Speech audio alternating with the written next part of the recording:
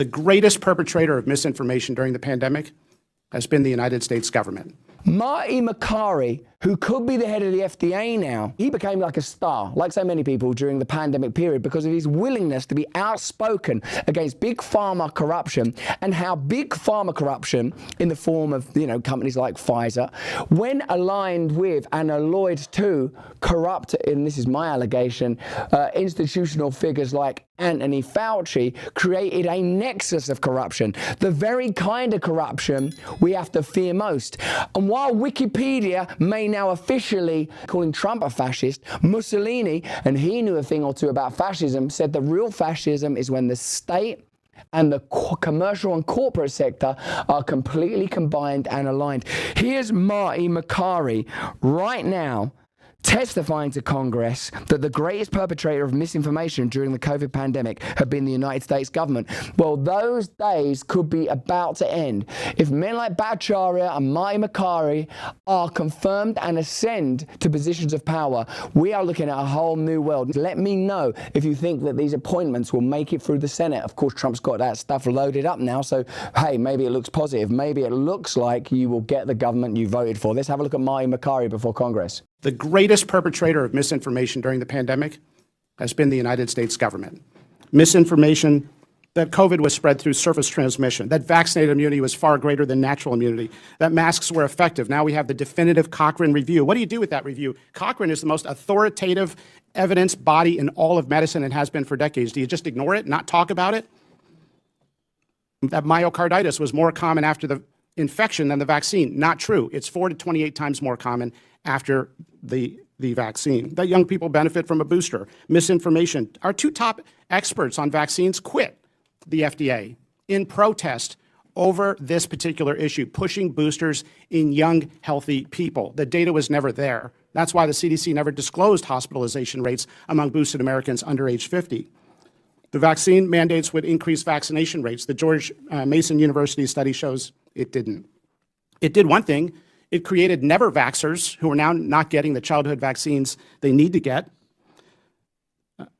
Over and over again, we've seen something that goes far beyond using your best judgment with the information at hand. We've seen something which is unforgivable, and that is the weaponization of medical research itself. The weaponization of medical research itself, and on whose behalf? On your behalf?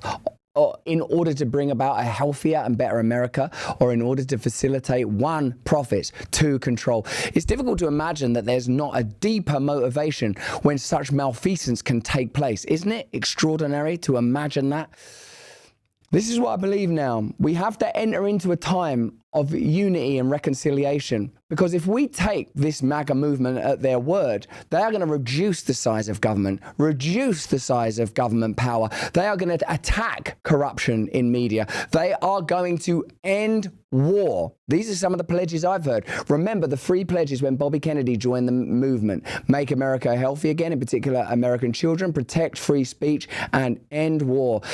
What beautiful positions to undertake. Imagine your great nation becoming an advocate for peace, not a facilitator and profiteer from war. Imagine the values of your founding fathers being pursued, those self-evident truths being instantiated, not just across American life, because America is a unique country, but perhaps across the world, and even nations like mine, reeling in distaste from disgust at the corruption and ineptitude of the new Labour government, lying to their people, evidence of deception, withholding information that might change the view of the population in my country, disrespecting the farmer population. Already, months in, that government is falling apart. So change in America will mean change across the world. And if you have men like Jay Bhattacharya and men like Marty Makary elevated into positions of significance, that's how you have government that matters, meaningfully operating in the service of the people,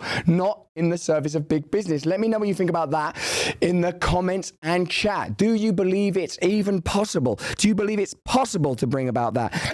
Grand Canyon University, a private Christian university in Phoenix, believe that we are endowed by our Creator. to life, liberty, and the pursuit of happiness from the Constitution. A Christian university, eh?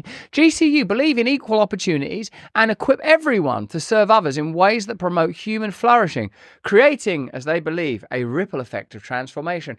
Whether your pursuit involves a bachelor's, a master's, or a doctoral degree, GCU's online and on-campus learning environments are designed to help you achieve your unique goals. Why don't you learn a bit more?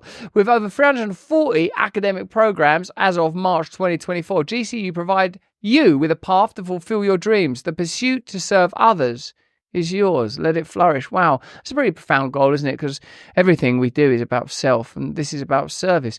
Find your purpose at Grand Canyon University. Private, Christian, affordable education. Visit gcu.edu/Russell. That's visit gcu.edu/Russell. 2 S's, 2 L's. Give it a try. Thanks. Hey, thanks for watching. If you want to see more uncensored content where free speech can flourish, join our live stream. Click the link right here to watch the next video if you want to, or become a member of a growing movement. Download the Rumble app and you'll be informed every time we make a new piece of content. Stay free.